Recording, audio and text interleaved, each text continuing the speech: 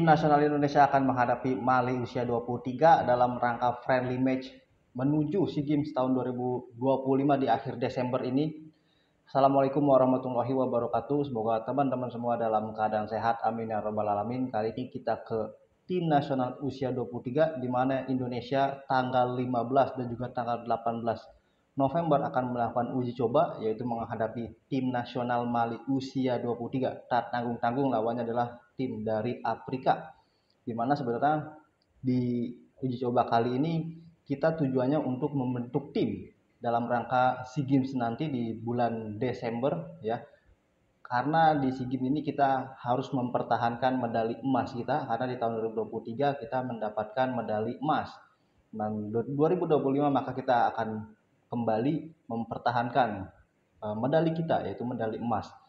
Jadi pelatihnya ini adalah Indra Sapri, dan juga ada beberapa pemain sudah dilakukan Garuda Calling dan juga sudah melakukan TC sejak tanggal awal bulan kemarin, tanggal 3 November atau tanggal 7 November itu sudah melakukan training camp yang pemain-pemain yang dipanggil di BRI Liga 1 atau Liga Pegadaian Liga 2, tapi pemain-pemain abroad kita seperti Dion Mars ya, dan juga Mauro Ziltra, Ivar Yener itu baru bergabung pada saat jeda internasional, dan ini merupakan uh, permintaan yang sangat bagus dari Coach Indra Sapri, karena memang sejatinya setiap ada turnamen itu kita diperlukan TC untuk kembali membangun chemistry yang sebelumnya sempat terpecah sebenarnya karena perpisahan pemain, ada yang bermain di luar, ada yang bermain di Liga 1, ada yang bermain di Liga 2. Intinya tim pemain pada mencar-mencar, dan ketika pada saat ada turnamen maka ini sangat penting bagi sebuah tim untuk melakukan training camp, dan itu sudah dilakukan. Dan mudah-mudahan target kita nanti di SEA Games bisa terselesaikan dengan mempertahankan gelar. Dan tentunya uji coba kali ini pun sebenarnya hasil tidak berpengaruh terhadap apapun. Yang terpenting dari setiap rangkaian-rangkaian uji coba sebenarnya kita pengen bagaimana pemain ini patuh terhadap pelatih, patuh terhadap pola permainan yang diinginkan pelatih. Dari mulai sisi bertahan, apakah nanti pertahanan kita menghadapi tim sekelas dari Afrika yaitu negara Mali bisa kokoh atau tidak, dan juga pada saat menyerang apakah tim nasional usia 23 kita ini pada saat menghadapi tim yang sangat kuat dalam bertahan yaitu Mali bisa menjebol gawang dengan banyak atau membuang-buang peluang. Nah, itu sangat penting. Lalu di lapangan tengah, apakah kita nanti bisa memainkan pola-pola permainan yang diinginkan ketika terjadi kebuntuan melalui sayap, lalu juga kebuntuan melalui lini tengah, apa yang harus kita laksanakan. Ya, kalau Coach Sintayong dengan cirinya itu biasanya melakukan lemparan ke dalam sebagai alternatif untuk mencetak gol di saat memang kesulitan mencetak gol. Tapi di era Indra Sapri biasanya ini cutback ya, dia melalui sayap kanan juga sayap kiri, lalu biasanya itu cutback ke tengah dan disambar. Itu ciri khas dari pola permainan Indra Sapri, dan mudah-mudahan nanti di pertandingan menghadapi Mali itu juga bisa direalisasikan, atau ada format pola formasi yang baru yang diciptakan oleh Coach Indra Sapri, karena memang sepak bola ini setiap tahunnya bahkan setiap bulan itu terus berkembang dari mulai formasi dan juga pola permainan. Tentu yang kita inginkan bagaimana nanti sisi bertahan kita sebenarnya ketika menghadapi tim sekelas Mali. Tetapi kalau menghadapi tim sekelas ASEAN ya seperti Vietnam, Thailand, itu saya rasa sudah cukup kuat. Tetapi sebenarnya yang jadi persoalan bagi tim nasional Indonesia adalah mencetak gol, itu yang sangat sulit. Bagi kita bertemu dengan siapapun itu kesulitan sekali untuk mencetak gol. Bahkan ketika di tim senior kemarin kita di Piala Dunia, kita mencetak gol di ronde keempat tuh hanya 2, dan itu dua-duanya dari penalti. Lalu kalau kita mundur lagi ke belakang di timnas usia 23, kita sebelumnya di bulan kemarin Oktober menghadapi India itu pun tipis sekali, bahkan kita 2 pertandingan, 1 kalah dan juga 1 seri dengan mencetak gol sangat dikit, 1 kalau nggak salah. Dan di SEA Games kita hanya bisa mencetak beberapa gol saja, 1 atau 2 gol saja. Bahkan ketika kita menghadapi Myanmar itu kita tidak mampu mencetak gol, artinya kosong-kosong. Dan memang penyakit kita itu adalah mencetak gol.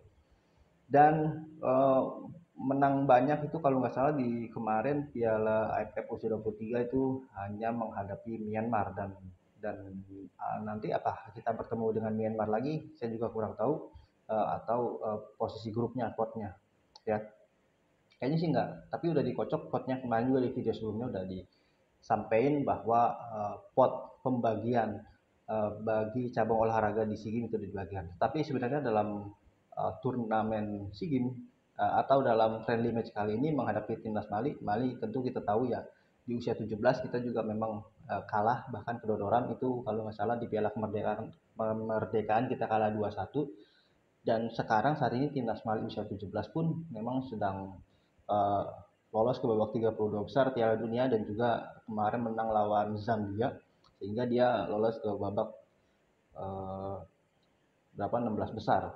Jadi intinya timnas Mali sebenarnya bukan timnas sembarangan, ini juga uji coba yang cukup bagus, tetapi kalau lawan kita terlalu bagus juga sangat kurang efektif juga, karena nanti ketika lawan kita terlalu bagus kita hanya bisa bertahan aja, hanya bisa memainkan pola pertahanan aja, tapi kita tidak bisa memainkan pola penyerangan. Tetapi ini juga merupakan pertandingan yang cukup bagus di uji coba kali ini, karena kita nanti akan bertemu Thailand, dan Thailand itu biasanya kita kesulitan kalau bertemu dengan Thailand, tetapi kita punya beberapa pemain alternatif di lini tengah, terutama pemain abroad kita itu Ivar Yener. Semoga itu menjadi otak serangan kita bersama dengan Muhammad Rehan Hanan ataupun Arkan Fikri. Jadi segitiga kita di tengah ini sebenarnya sudah cukup baik sekali. Ivar Yener bagaimana nanti bisa menjaga kedalaman, dan juga nanti bisa Rehan Hanan bisa agak ke depan, dan Arkan Fikri bisa menjaga keseimbangan di tengah, atau bisa diputar di balik ya, intinya seperti itu.